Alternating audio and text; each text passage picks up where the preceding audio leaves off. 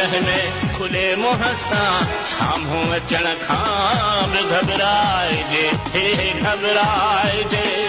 अकेली गिटीअ में जे तन्हा बि मिलजे त मुर्गी मिलण खां बि घबराइजे, घबराइजे। हो प्यार ई कहिड़ो जंहिंमें खुले मुंहं सां साम्हूं अचण खां बि घबराइजे, घबराइजे, घबराइजे, घबराइजे।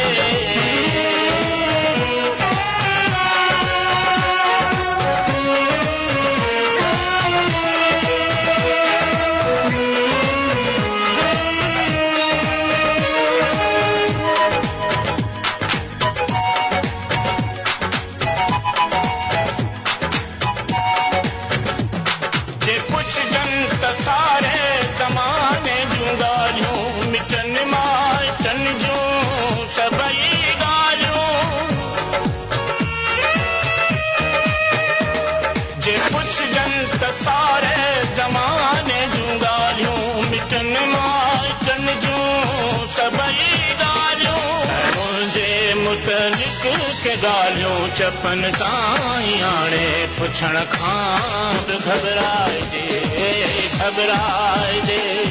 हो प्यार ई कहिड़ो जंहिंमें खुले मुंहं सां साम्हूं अचण खां बि घबराइजे, घबराइजे, घबराइजे, घबराइजे।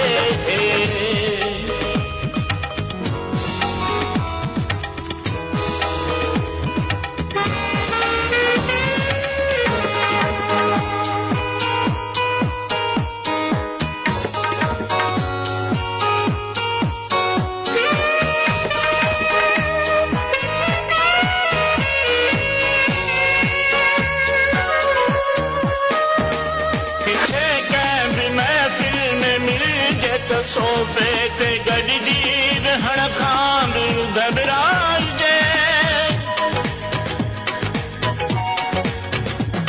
किथे कंहिं बि महफ़िल में मिलजे त सोफे ते गॾिजी विहण खां बि घबराइजे। कॾहिं कंहिं बहाने सां कोशिश करे आॾीअ खे सां ॾिसण खां बि घबराइजे, घबराइजे। हो प्यार ई कहिड़ो जंहिंमें खुले मुंहं सां साम्हूं अचण खां बि घबराइजे, घबराइजे, घबराइजे, घबराइजे।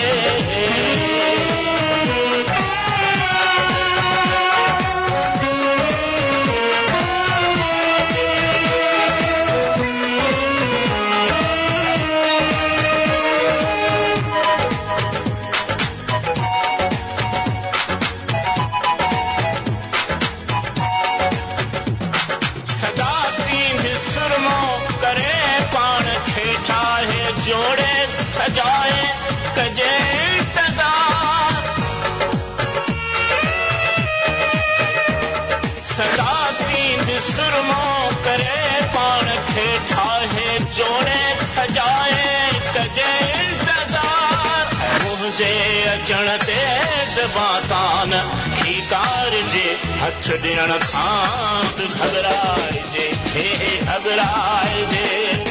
हो प्यार ई कहिड़ो जंहिंमें खुले मुंहं सां साम्हूं अचण खां बि घबराइजे, घबराइजे।